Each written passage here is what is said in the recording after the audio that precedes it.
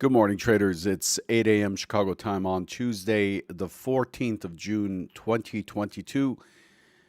Derivatives trading is not suitable for all investors. Past performance is not necessarily indicative of future results. This is episode number 2253. Thanks for joining me this morning. Here's where we are currently based on the pre-market summary sheet by Convergent Trading. We see that the market is mixed. The market was actually higher this morning.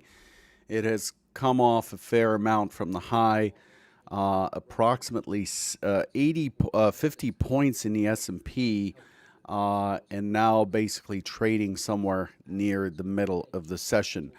Again, mixed sentiment. We had a lot of numbers this morning. We got some numbers out of Germany, wholesale prices, inflation rate, which were in line basically. Unemployment rate out of Great Britain came in a slightly higher than expected, 3.8% versus 3.7. Claimant count came in better at negative 19.7 versus negative 29K. And then we got the zoo numbers out of the EU as well as Germany.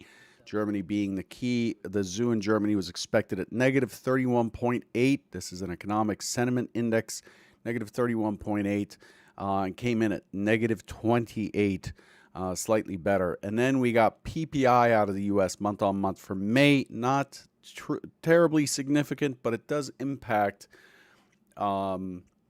the production of goods. This is potentially why we saw a reaction in crude oil.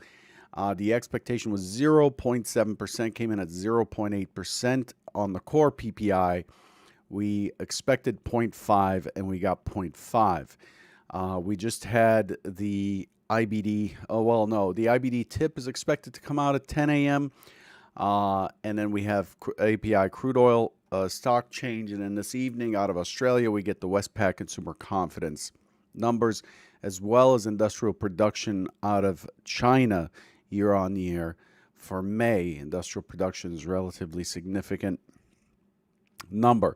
Overall, the market is really just absorbing this CPI news. And yesterday we kind of saw a coordinated effort by the Fed to prepare the market for a 75 basis point hike. We saw articles from the Wall Street Journal and Bloomberg basically stating the same thing. It seems a little bit orchestrated, but the Fed's preparing the markets for a 75 basis point hike. Of course, the market's still spooked by the prospect of a recession. And then on the bright side, China is back to full production, and it's reopening very well.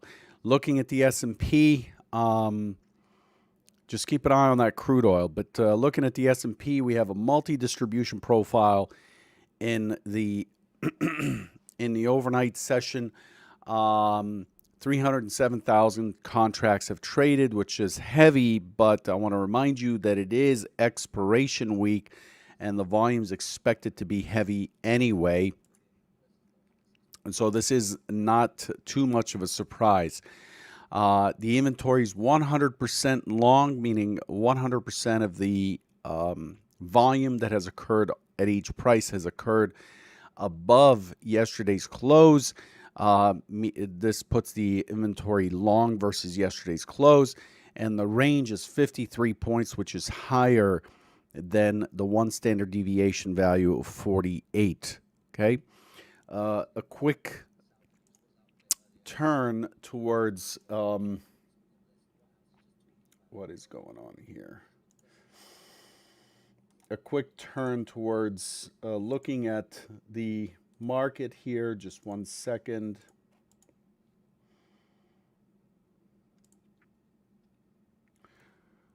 Here's a quick overview of what is taking place, what has taken place. You could see that at the top of the screen up here, we still have this. We still have portions of the box showing And last Thursday, we fell out of that box. We took out that 71.50 in a June contract and have dropped through. And ever since then, we've been in this pretty linear drop since yesterday. What is going on, man?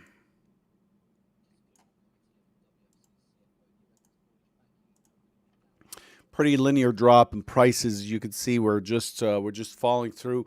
In my opinion, despite the bounce in the overnight session, we really truly have not found our legs yet. We have not really found the buyers. We did manage to push through to a key level that was outlined.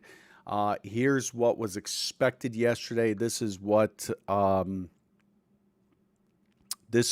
had anticipated for yesterday. I didn't choose different colors, but follow this white line, the first white line. That's the primary scenario. The primary scenario, essentially the big trade yesterday was expected to be, and you can watch yesterday's video to kind of catch the narrative of why this was expected.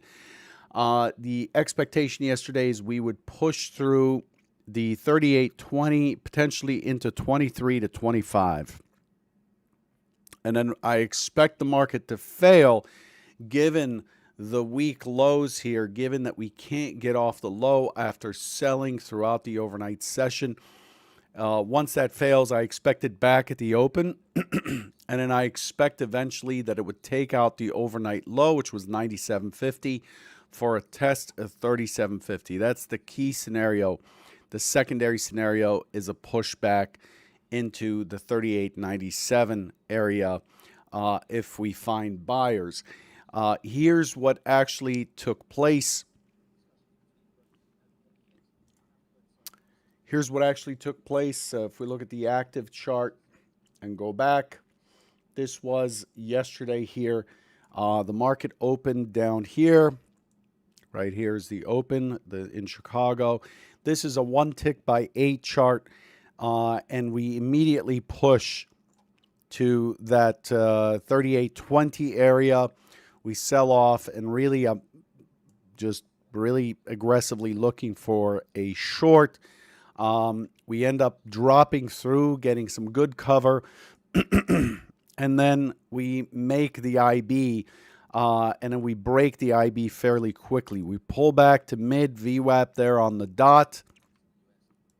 Mid VWAP on the dot. There was a little trade here using this prior zipper consolidation to identify risk. Back to the IB, and it kind of breaks through.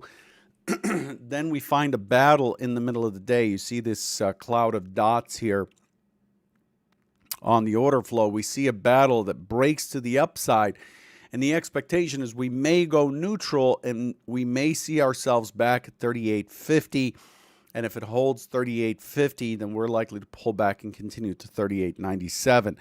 And what it does is it pushes to the full session mid, totally unexpected there, falls right over, and then we consolidate for most of the session until we break through to the downside. But overall, early on, here's that low at 37.50. So we ended up getting the job done in the first hour and a half in terms of the primary scenario.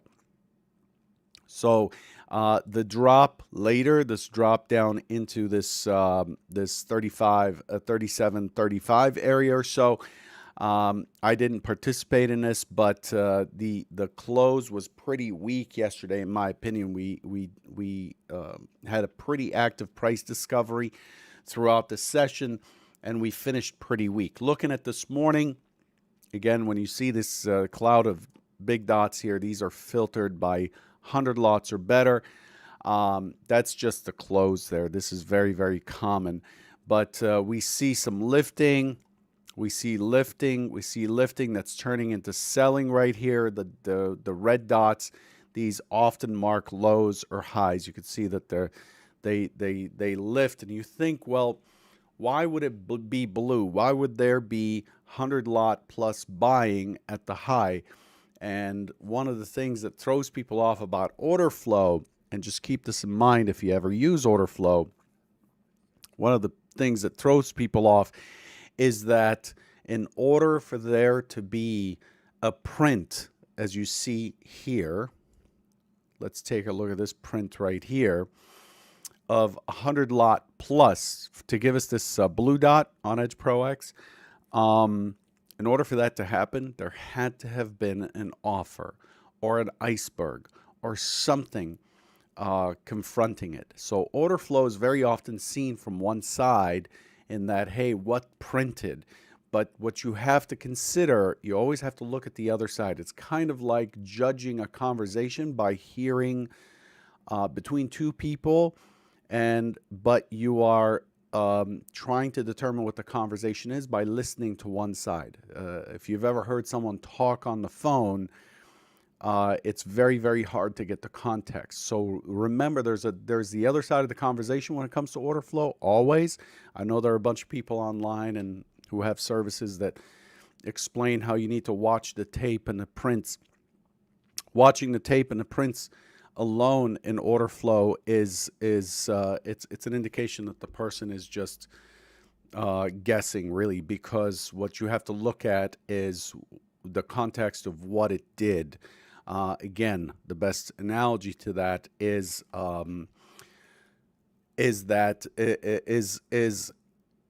only paying attention to a conversation from one side of a call. In order to determine what's truly happening, you have to hear both sides. If you're missing the other side, it's really hard to make decisions based on what's being said.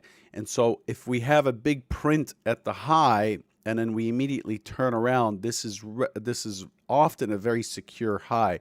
It's not here and here, but in this case it is, because there's got to be an offer, there's got to be something there that absorbed all those buyers and caused the turn. We see the opposite at the lows. You can see it down here at the lows. There's got to be something.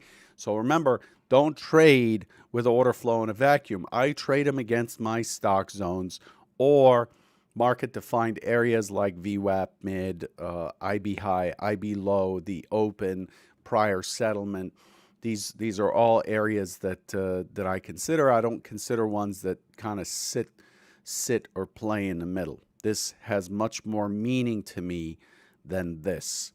Okay? So in the overnight session, we see us rallying and then pulling back and falling. So on as soon as Europe opens, Europe comes in with a lot of selling. We did have some numbers come out again out of Germany and Great Britain and so on. And since then, what we've done is we've remained below the mid and VWAP for the session. There's VWAP, there's full session mid. These dashed lines are full session. And then we have a point of control just underneath us here at 37.72 half. And we're remaining in this area. So this is, despite the little bit of rally and the positive, the ES is up 52 basis points currently. Despite that, it is still not moving away from the low end of the session, and I see an over underline somewhere here in the 37.70 area. So that's what I'm seeing there. Looking at the relative delta, pretty mixed relative delta. When you look at the relative delta here on this MBO feed, you could see that it's relatively mixed. The large lots opposing the small lots, which is generally the mode of the market, and very large lots kind of sitting flat. They were long earlier, now they're flat, with the overall delta sitting at negative 186 for the session. Really not an indication of anything. What does this tell us? Why am I telling you this? This is telling us that we are likely to come into a session that, since we are opening in range, in value of yesterday, we are likely to come into a session that is relatively choppy. We may find ourselves today in a resting session. We have expiration, we have triple witching on Friday, and we have the FOMC tomorrow. The FOMC tomorrow, quite significant, expecting a 50 basis point hike.